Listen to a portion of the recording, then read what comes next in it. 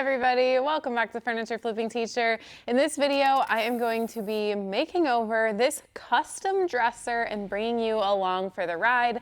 And I'm also going to be answering all of your burning questions about how to go about doing custom work, how I decide pricing, what exactly the process is, how to even get those customers to come to you in the first place. I'm so excited to share all that I've learned over the past 5 years flipping furniture. Let's get into the flip.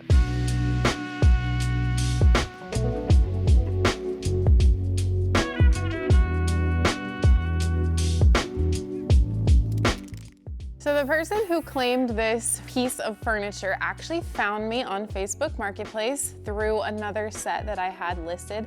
I wasn't willing to separate those, so she ended up finding this piece, and long story short, we decided that I am going to create this one customized for her because she really wanted just one piece of a French provincial for her new kitchen that she has made over, which I am super excited to get into this flip because you guys all know me, I absolutely love French provincial pieces. So when she found this on Facebook Marketplace, I actually reached out, and you could do it a number of ways where you have the person get the furniture and bring it to you, or in this case, she sent me the listing and I reached out to the seller and I went and picked it up.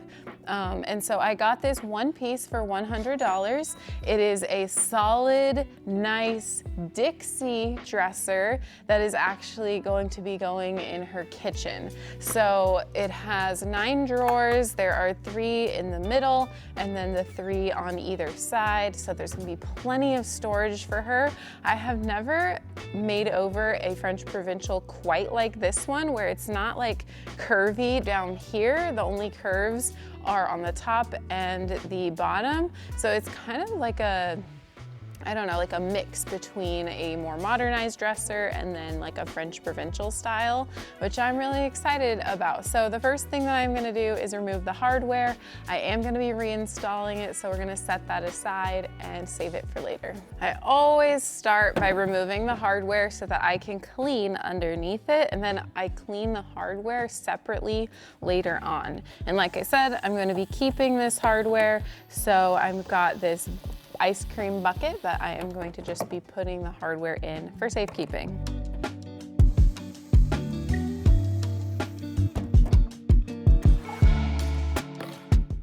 I am going to go ahead and remove all the drawers as I'm removing the hardware as well. That will give me an opportunity to clean the inside of the piece too, because it is quite dusty in there, which is to be expected because, you know, in reality, I don't think very many people take out the drawers and clean the insides of their furniture. I know I don't.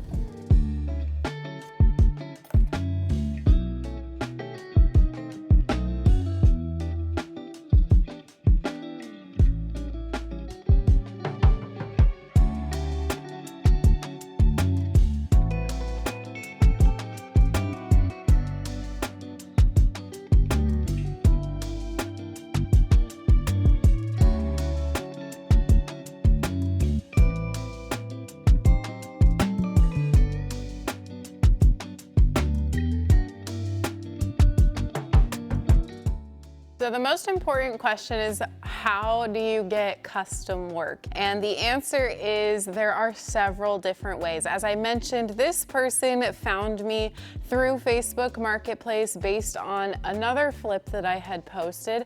She also happens to be a follower of FFT. So yes, social media does help, but it's not 100% necessary. I think that Facebook Marketplace is going to be the top place that you are going to start to receive custom inquiries. And I say this because people are going to be able to see your work when you start posting it on Facebook Marketplace, and generally people can tell if you are refinishing the pieces. So I've had several people come through Facebook Marketplace asking me if I refinish furniture for other people, if they have a piece that they could bring to me, or if they could customize a piece and I could do it for them however they want it. I'm always offering, like, maybe if they are saying like, oh, I love this set, but I want it in this color, I could say, oh, well, I have this available, and you can customize it. So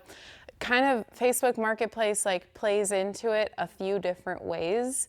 You just have to be like able or be willing to put yourself out there. Another way that you can get custom work is by word of mouth. So let people know what you are doing. If you are new to refinishing furniture, start talking about it with friends and family, and then they'll start to spread the word, and they'll start to spread the word. And the word of mouth is really, really great. Or if you have previous customers, ask them to, tell their friends about you, their family about you, so that maybe they will also come to you for custom work if they need it as well. And then although I said that social media wasn't 100% necessary, I'm not telling you that you need to grow a following of hundreds of thousands of people.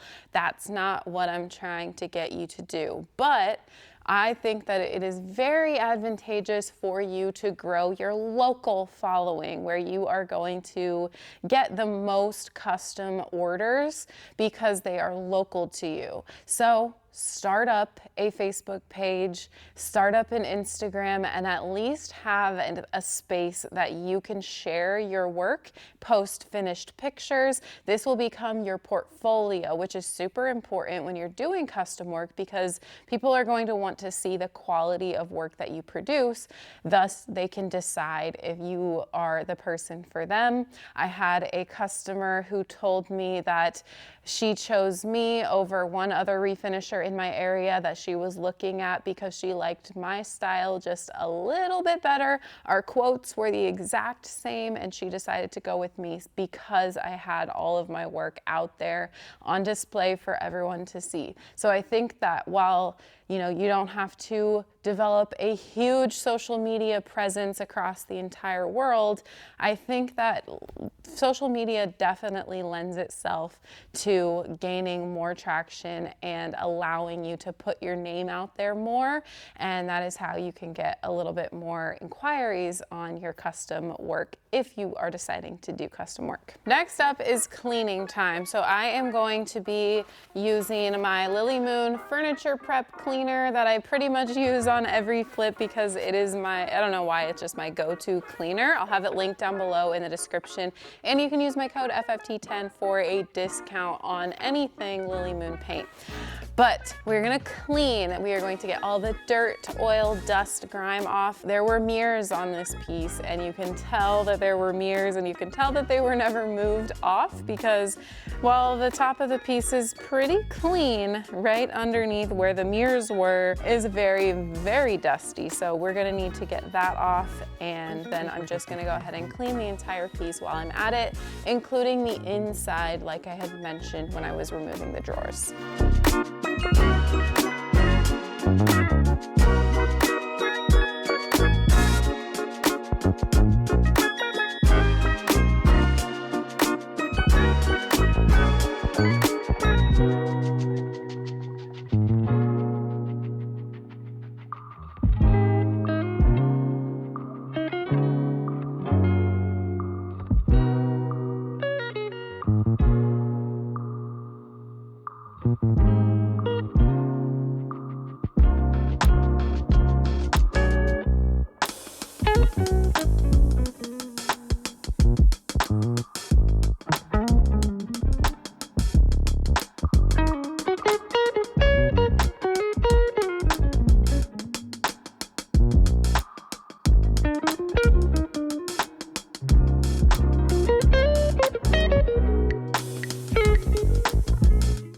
Next up is sanding. So everything is now nice and clean, and I am going to be sanding the top to raw wood because my client wants it to be a wooden stained top. If I'm looking back here, it's looking like we may have solid wood on top. I can't 100% tell, but I'm pretty darn sure that this is a piece of solid wood, no veneer on the top, so that's going to be much easier to sand down. However, I still am gonna be careful because like I said, I'm not 100% sure. There's like a little bit of a coloration difference back here, but it's not as obvious as normal veneer would be. So the only other thing that's kind of leaning toward, yes, it might be veneer, is like just the wood grain in general. It could be veneer. So I'm still gonna be careful, but I'm gonna start out with my carbide scraper to get some of the layers of finish off, and then I will go in with my orbital sander and 120 grit sandpaper. While I am sanding and scraping off the finish, I wanted to talk about another question that I often get when it comes to custom furniture, and that is, how do I price my custom furniture? I feel like this is a little bit of a taboo topic, but it shouldn't be, because it's important that we are putting a value and a worth on our pieces as you gain experience. So your prices are going to fluctuate and change over the years and over the time that you have experience in furniture refinishing. Now, there's a few things to keep in mind when you are pricing your work. That is the time that it's going to take you to complete the entire project. And also the materials need to be taken into account. I typically am giving a range, a price range. So let's say for this piece I didn't give a range because I already knew, how it was going to go, but my ranges are pretty much if they bring me something. But on a piece like this, where I know pretty much it's a run-of-the-mill piece that I have done time and time again, I can give a pretty accurate quote right off the bat. But I'm factoring in my time, my materials that I'm gonna be using, and I know that there's not gonna be any extra hardware, there's not gonna be a new base put on, but if there is, then all of those things need to be accounted for. Typically when I say new hardware, I say this quote includes like X amount of money toward hardware. Usually it's like around $100 to $200 depending on like how many pieces of actual hardware there are, because hardware can add up and become very expensive, thus cutting into the profit margins in your custom pieces.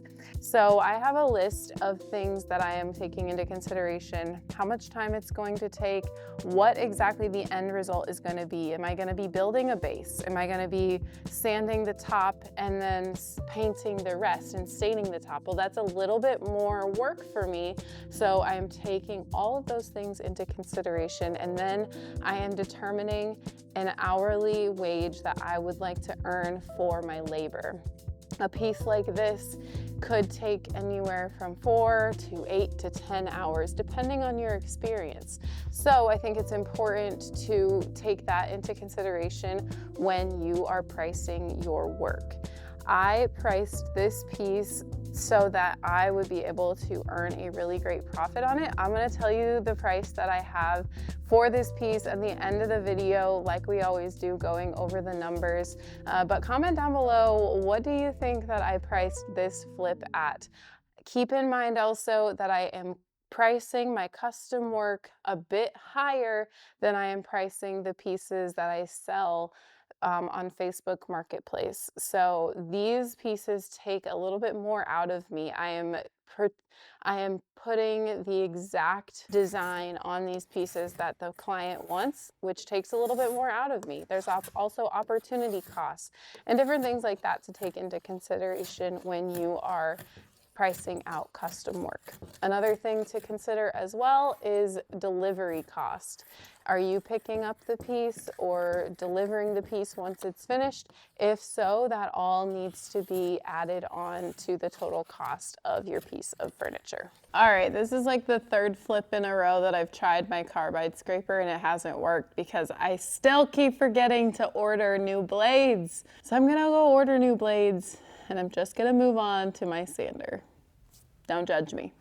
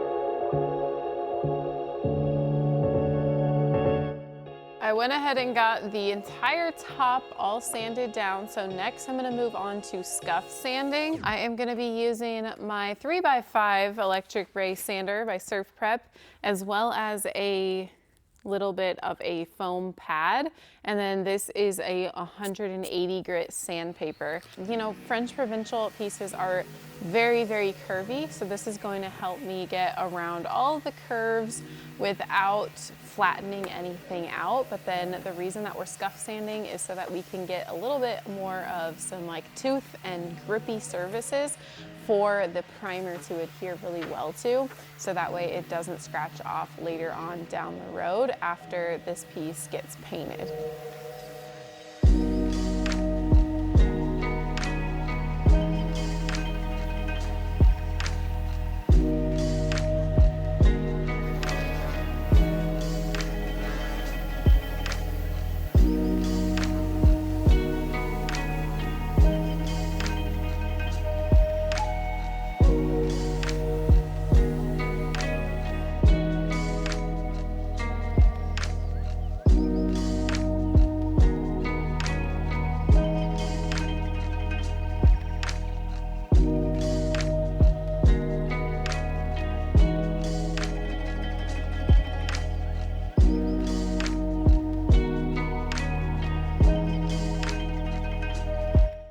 So you may be able to tell, but I am sanding a little bit more than scuff sanding on these drawers because the finish is failing a little bit more than I would like. And so I don't ever want this to start cracking underneath the primer and paint and top coat. So I am just getting all of the existing finish off and removing these cracked areas, so that way I can start fresh and the primer will seal everything in. But that's kind of why I'm going a bit farther than just a regular scuff sand. Normally I would not go all the way down to raw wood like this. It would more so be like this. So keep that in mind. Okay, now I'm gonna wipe back all the dust. I'm gonna use the same cleaner. And again, I know you probably are thinking, why am I cleaning again? But like I had said before, I just like to start with a clean slate. And really you don't need to use cleaner again. This is just my easiest way to get all that sanding dust wiped back. I went in with a vacuum prior to this to just get all of the loose dust up. But then, you know, there's obviously gonna still be some more, so I'm gonna go ahead and wipe all that back as well. My next order of business is to tape off all of the drawers. So I like to use a combination of painter's tape and then this painter's plastic that's like pre-taped. So the reason that I use the painter's tape is to tape off the dovetailed areas, and then I'll put the plastic around the entire drawer to protect it from getting any paint on it. And I also am going to talk about the next question for commission pieces, and that is about a contract and a deposit. So I am an advocate for you do what's best for you. I do think that you should have a contract in place, especially when it's people that you don't know personally. However, I am not practicing what I'm preaching right now because I have never had any type of contract in place where I like have people sign it and things like that. The only kind of tracking method that I have really is the messaging back and forth between me and the client on email or Facebook Marketplace like Messenger. I probably need to change that, and knock on wood that I have never been burned. But aside from that note, let's go into what may be important to have in a contract. Obviously, it's important to have the work that you are going to do laid out in that contract. So what paint color are you going to do? Are you going to be staining it? Are you going to be adding new hardware? Are you going to be adding bases and things like that, so that you know the exact expectation of your client and exactly what you two have agreed upon. And then the other things that you want to have in there are like a timeline. Are you going to be delivering it or are they going to be picking it up? I personally like to give myself anywhere from like 4 to 8 weeks. Even if I know it's not going to take me that long, it would be better to be done early and tell them that you're finished up with their project rather than taking way too long to finish their project and they were expecting it within a few weeks and you're now at 6 or 8 weeks because you have a built up schedule. Whatever it may be, just make sure that you're communicating that with your client. And then the last thing would be, should you take a deposit? And the answer is always, always, absolutely yes, you should be taking a deposit. I always do 50% non-negotiable.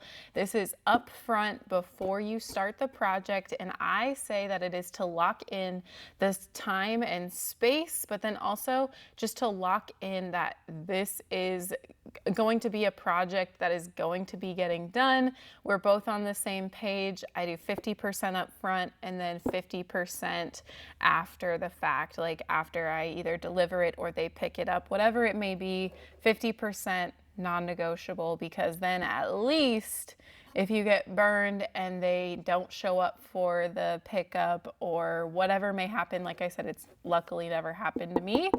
But if something were to go wrong, at least you have that non-refundable 50% deposit. So there is the rundown of the contract question. I think this is kind of a do what I say, not what I do moment.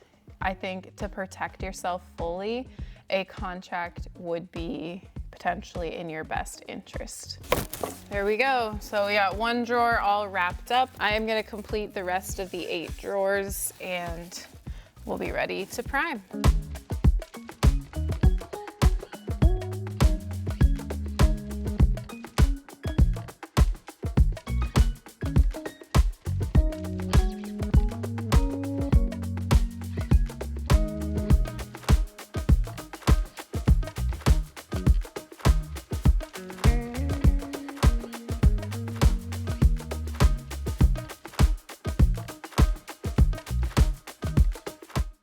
It is now time for coat 1 of primer. Of course, I'm going to be using my Bin Advanced, which I already have loaded up into my spray gun.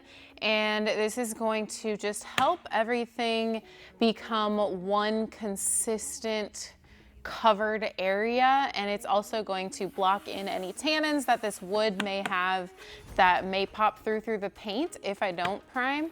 And then it's also just going to help with adhesion as well. So lots of different reasons to prime. Pretty much every single project I do, I prime, because it's just that extra insurance that it's going to end up as a great finish in the end.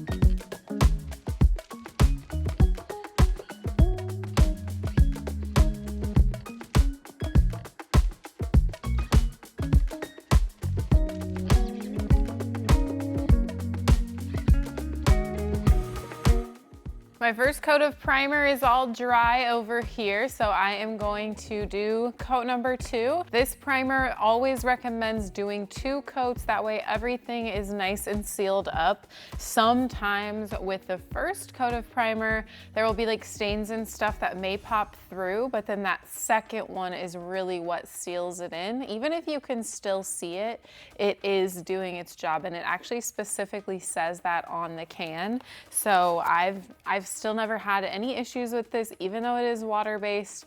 So I trust this primer and I definitely recommend it. But I'm gonna do the same process. I already did do a little bit of light sanding on the flat surfaces just to smooth some things out with a like 320 grit. So we're ready to go on coat number 2.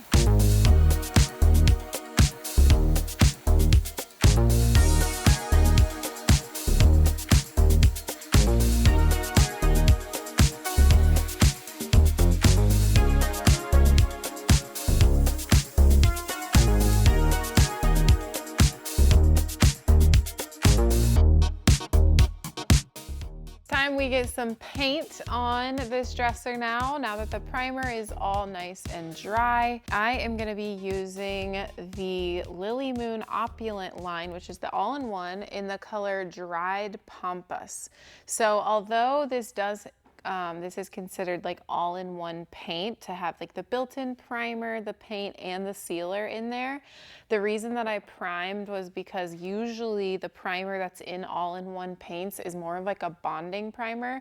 And I had so many different surfaces from sanding back some different, scratches and cracking that I just wanted to make sure that everything was the same surface. And then also, since I went down to that bare wood, I didn't want any of those wood tannins popping through potentially, especially since this is a lighter color.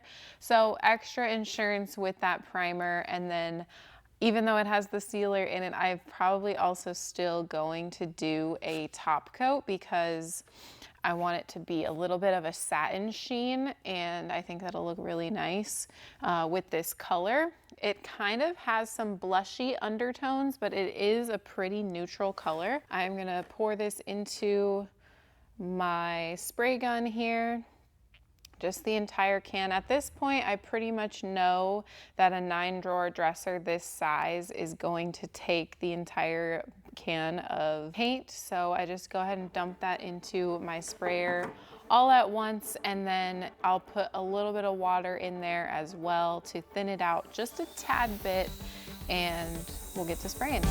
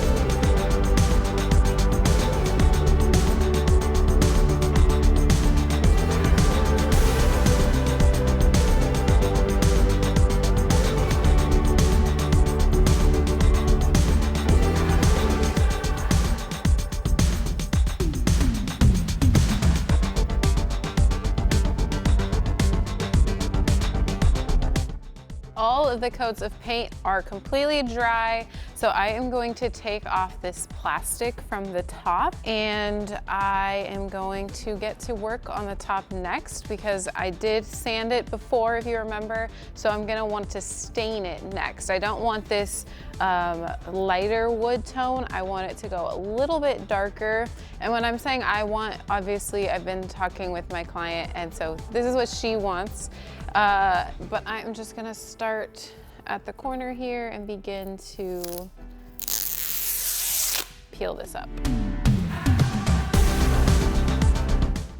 For some reason over here, my tape was not sticking very well, and so it was like flapping up.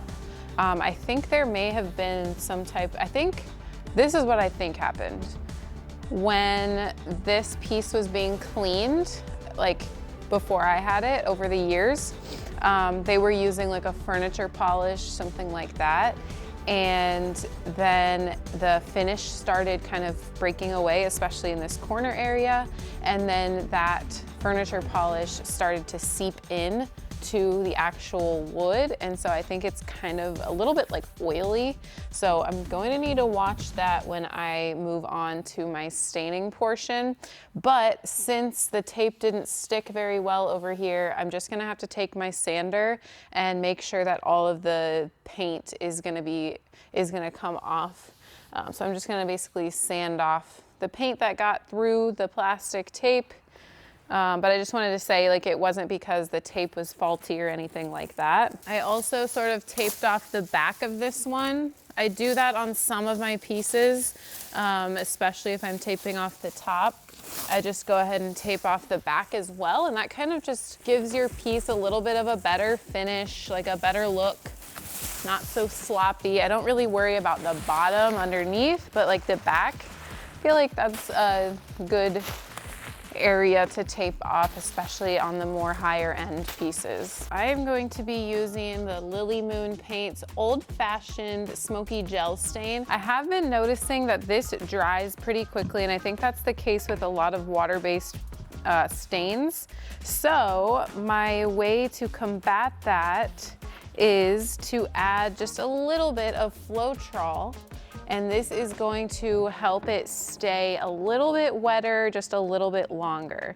So I'm gonna dump my stain into a separate container. This is not going to change the color at all or anything, it's just an additive.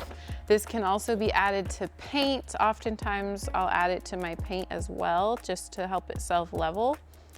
But just a tad bit, and then I'm gonna mix that around really good. And then I've got my blue sponge here I'm gonna use. I've also got a mister bottle with water that I'm gonna use. I just am going to squirt the sponge a bit just to dampen it a little bit. Take my mister bottle and apply it. I'm gonna go all the way long ways across. Well, in reality, I have learned that I like to do the entire top at once. Kind of need to work a little bit on the quicker side when you're doing the entire thing. But I'm still doing sections, but it's just long sections, and it kind of ends up being the entire top at the same time. I'm gonna dip my blue sponge in there.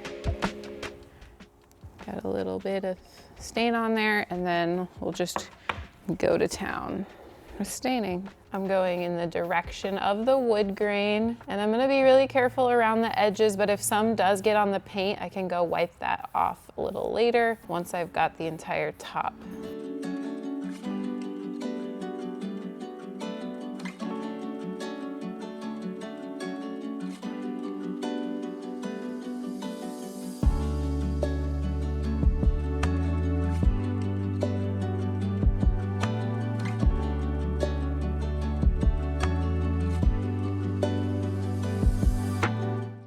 Okay, and now that I've got the whole top all finished up, I'm gonna let this dry, and then we'll decide if we want to go a little bit darker or if we'll be ready to top coat.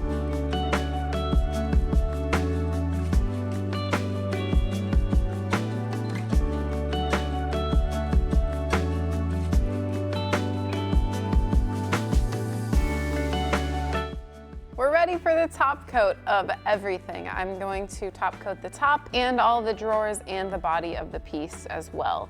And I wanted to point something out because this is one of my favorite features of my Wagner Flexio 5000.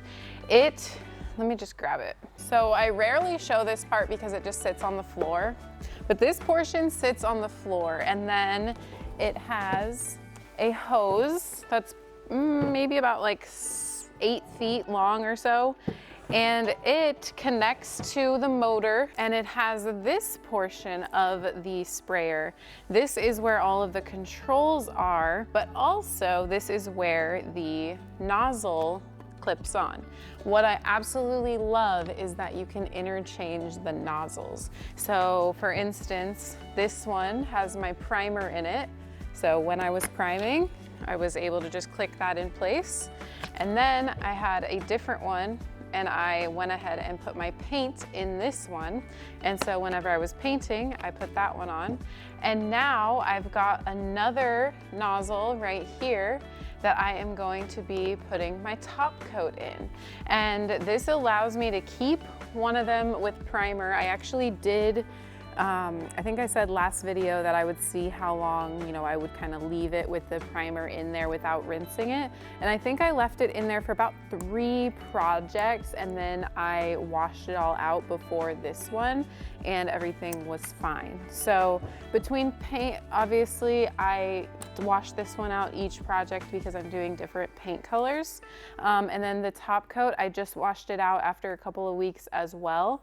And I'm gonna be putting a new product in there, so I don't wanna be mixing products in there, but just a tip, I will link these nozzle portions down below as well. They are all of my sprayer essentials are linked down below in every single video if you want to check that out. I think these are around like $30 for each nozzle. So it's a great extra to have. You don't have to have 3 different sprayers, just the nozzle portion. And I think it just like saves time. For the top coat one, it's really nice because I know that top coat has only ever been in there, so I'm not gonna be getting like any type of, you know, flakes of anything that maybe got left behind, something like that.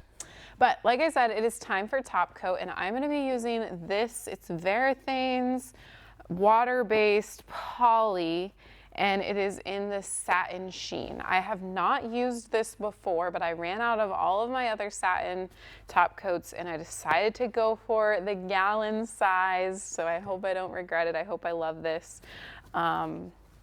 It should be good to go, similar to all of the other polys that I've used in the past. So I'm gonna pop it open. Oh, and then side note, if you're interested in my sprayer course, speaking of the Wagner Flexio 5000, in that course I go into very much detail with the Wagner Flexio 5000, the Wagner, I believe 3500, and the HomeRite Super Finish Max. So if you want more in-depth information on how to use those correctly, and if you're just beginning to spray, check out that link down below in the description for my sprayer course as well, which is on a 50% off sale. I'm gonna mix this up really quick. It doesn't feel like it's too separated down at the bottom. With top coat especially, well, really paint, primer, any of it, you want to just make sure that there's no separation or chunks down below. Now is the fun part though, which is pouring it into such a small space, especially like first pour. I did kind of learn a trick though that I did last time with my primer, and it kind of seemed to work okay, where I just put some painter's tape on the edges, and it kind of gives it like a little bit of a spout to pour out of a little bit. I don't know, it seemed to work for me okay. Definitely was a lot less of a mess than the first time I did this. This is very, very, very thin compared to some of the other top coats that I have used, which is fine. I'm just gonna keep that in mind. The reason I know that is because it just went right through the strainer, but I use the strainer just in case there is any, you know, chunks that may have occurred. But I'm gonna keep in mind that it's very thin because I'm gonna have to adjust my settings quite a bit and turn down the pressure a lot because it's gonna push way too much through. I don't want drips, and I don't want to use up way too much top coat throughout the whole project. So that though, if you've never done that, try it with big gallons because that really helped me not spill the top coat all over the place. Okay, enough of me talking. I am ready to top coat.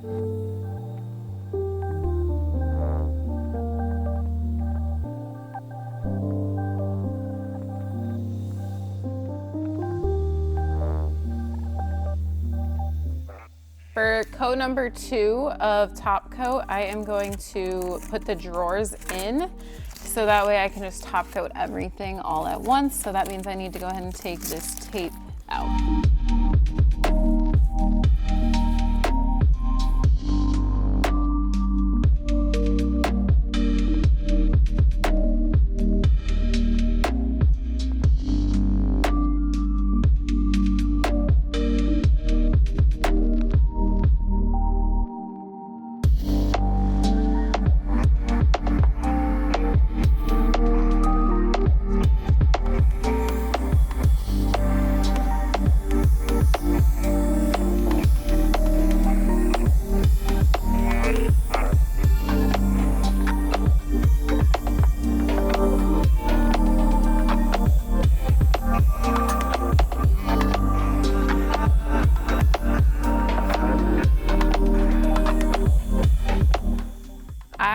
the hardware here, and so while this last coat of the top coat is drying, I am gonna work on the hardware. My client wanted to do some gold hardware, so I am going to be using the gold gilding wax by Dixie Belle. This is just going to basically make the original hardware gold.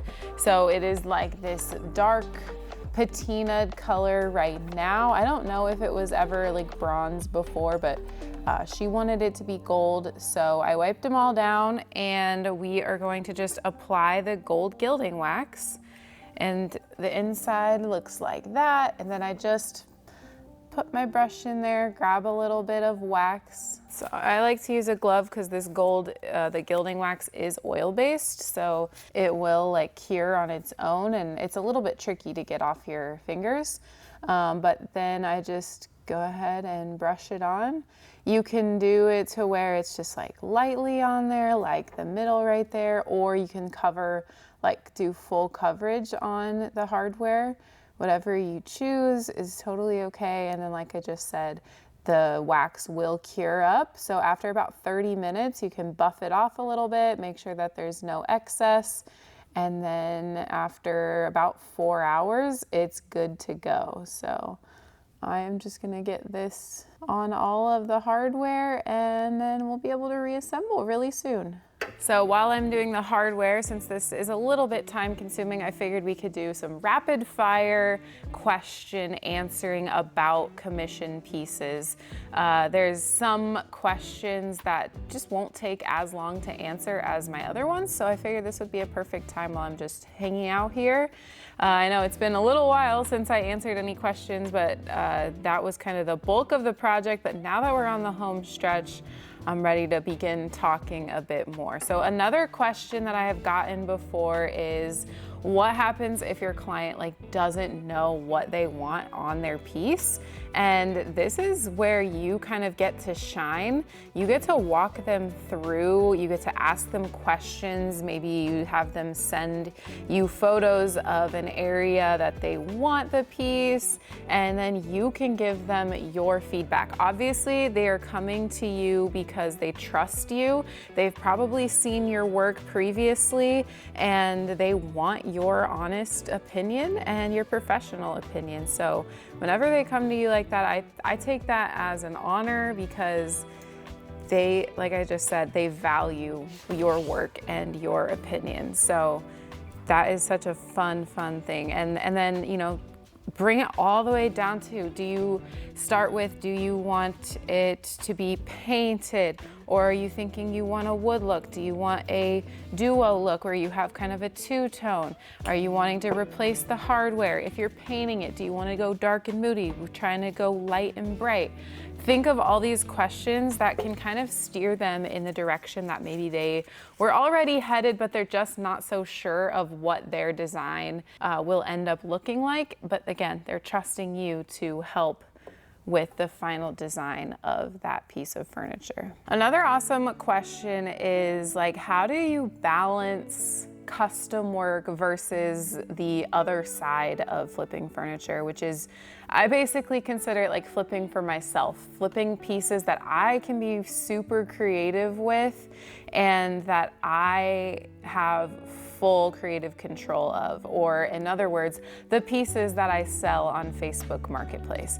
And this is honestly like super up to you. Like, do you want to take on client work? I say always like try it, go for it at least a couple times to see if you enjoy it, because at the bottom line, like, people that are coming to you, that is gonna be set work. Like, it's going to be more guaranteed money, if you will. Whereas with the, you know, Facebook Marketplace listings, you're not necessarily like guaranteed the amount of money that you're asking for in a specific amount of time. But if someone comes to you, you agree on that price, you get that commission job, then that's much more guaranteed income. So if you want to, you know, have those guarantees, but those guarantees do come with a little bit of, you know, more responsibility, because now you are you have to make sure that you do the work exactly how that client wanted it. And so that is also something to keep in mind. Like, it comes with some of those caveats as well, which is why earlier when we were talking about pricing, I believe that custom work should be priced at least slightly, if not kind of significantly more than the pieces that you are listing on Facebook Marketplace, because you are honing in on exactly the design that that customer wants. Which brings me to another point. What happens if they are requesting something that you have never tried before? I say you need to be completely honest with them in saying, like, you know, this is a technique that I've never attempted before. However, this is, you know, how I'm thinking of going about it. I have done some research. I think that I can still do a great job if you're willing to trust me. And kind of get them, just make sure that you're being honest at the end of the day. And, you know, if they want to pass and try someone else who has done a technique like that, then totally okay. But at least you were honest and, you know, they were able to make that decision at the end of the day. Let's get this new hardware on. I say new, but, you know, old new, because it is now very much gold.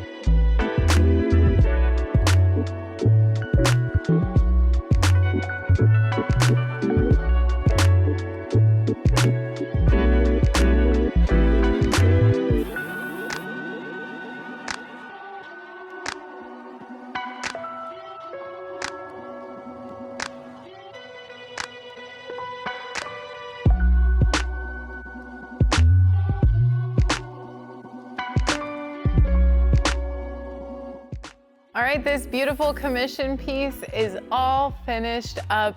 This transformation has been really fun to go through, and I am so glad that I was able to bring my client's vision to life. I think this is exactly what she was picturing when we kind of went over what she wanted on this piece. We kind of based it off of a previous piece that I did, except she was able to customize the color a little bit more and then went with the gold hardware instead of the original patina, which I think just kind of glams it up a little bit. I think she's absolutely going to love it with her new furniture in her kitchen. Let's talk about some numbers for this commission piece. So we talked a little bit already about how to determine what to charge the client for the commission piece. And those things included things like, how much time do you think it's gonna take? Definitely always include the materials. Also, I don't think I mentioned this, but you need to think about how much you paid for the piece if you are the one that's bringing it.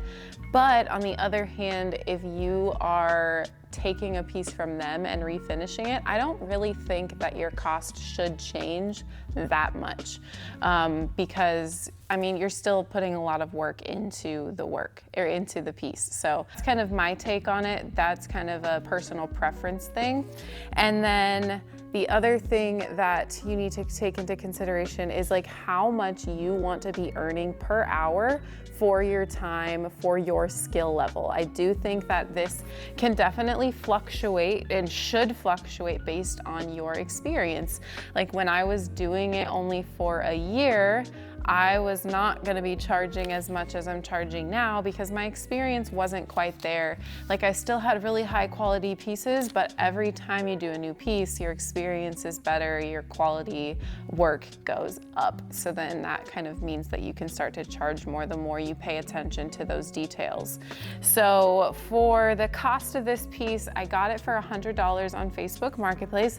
I also went and picked it up at the house. I had to go to the house 2 times to pick it up, but we got it done. And then I spent around $10 in primer and $25 in paint. I just ended up using 1 can of paint, so that was really awesome. But that whole thing is gone. I think I'll have a little bit left to give her. I always send a sample paint for all of my pieces with the person who purchases it. So that way, just in case anything ever does happen, they have a touch-up paint. The top coat, I didn't use too much of it. That can cost a total of $70, but I probably used about $10 worth, if that. Like I think I'll definitely get more than 7 projects out of that huge can. The $5 in stain on the tops, and then $20 miscellaneous costs, things like gilding wax, sandpaper, tape, plastic, all of those good things that still need to be accounted for. And that gives me a total amount spent of $170. So I spent, including going to pick this up a couple of times, probably around 8 hours on this piece. Luckily there was not a whole bunch of damage, but you definitely need to think about that and factor that in. Like literally think about every single every single process and step that you are gonna have to go through to get your piece to what it's going to look like. If you need to do tons of rounds of wood filler, or if your project is gonna take you more than 8 hours, like factor in your time. I was estimating that this would just be pretty much a simple, I say simple, but like just a normal flip, like there wasn't gonna be anything too drastic. So I ended up charging $950, and that is pretty average for this size for me. Honestly, I think on Facebook Marketplace, I do a little bit less, maybe like $800 to $850 for something like this. And so because it's a client piece, custom commission, like I said, I definitely go a little higher on those. $950 for the total cost minus the $170 in the total that I spent on materials. That gives me $780 profit. And then if you divide that by the 8 hours I spent working on this piece, that gives me a total of around like $97 an hour-ish. And that might seem like a lot, but like I said, my experience, after having 5 years of experience under my belt, I feel totally comfortable and confident in that amount. And also sometimes pieces take me longer, sometimes they take me shorter amounts of time. So it really just totally depends on, your workflow. But I don't necessarily think, like I'm kind of backtracking a little bit, I don't necessarily think like if you are just a slow worker and a project like this would take you 20 hours, I don't necessarily think that you should be charging $100 an hour for like this size of a piece. I don't know. There's so many different ways that you can look at it, but all in all, I hope that this video helped you just see the steps that I go through and some things to think about if you are interested in working on commission pieces. You don't have to if you try it. I recommend trying it, like I said before, but you don't have to continue on with commission pieces. Some people find them very stressful. I happen to really like them, but I also really enjoy doing the pieces that I do like for myself to sell on Facebook Marketplace. Because again, it kind of switches up what I'm able to do for like what I'm inspired by versus following something exactly to the T of what someone else is wanting. So I haven't heard from my client on if I'm going to be delivering this or not, but I am so excited for her to finally see this. It's been a work in progress for maybe just a couple of weeks, honestly. It kind of all happened super quick, and I had an opening in my schedule to go ahead and get this done pretty quick for her. So that was awesome.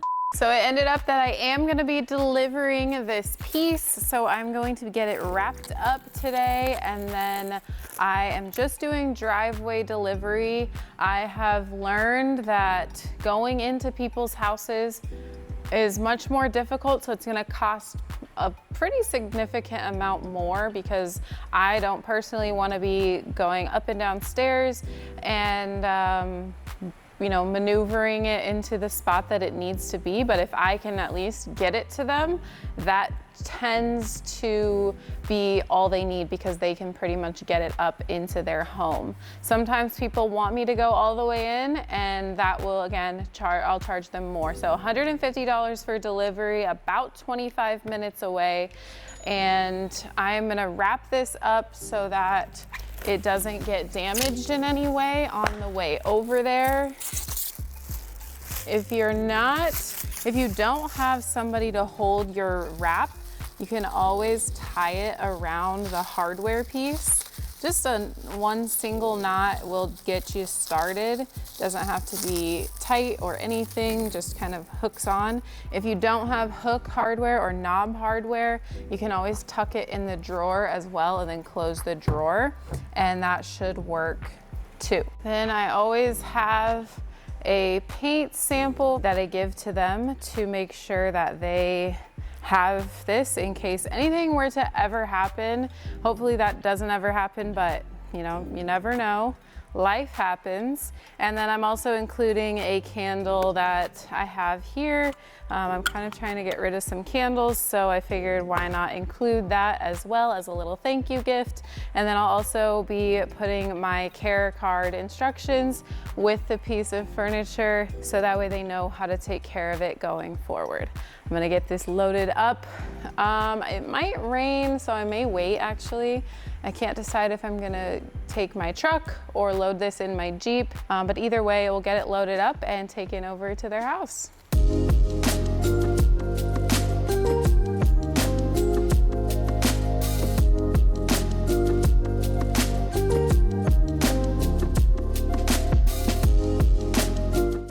Hey, I got that delivered. It was just driveway delivery, but once I saw like kind of where it was going, at least into the house, I offered to help them take it in the house. And then again, when I noticed that there was no more stairs, I was like, let's just go ahead and take it all the way in. I think it'd be easier since we already had a hold of it to just put it down. And so that was nice to help them out a little bit. And that piece and that commission is checked off the list. So thank you guys so much for watching. I hope you enjoyed pretty much, aside from picking up the piece, which I didn't get on film, you pretty much came along with me from start to delivery of the piece on how I do commission work. So if you have any questions, definitely ask down below and I'll be in the comments chatting with you guys. Thanks so much for watching, and I'll see you on the flip side.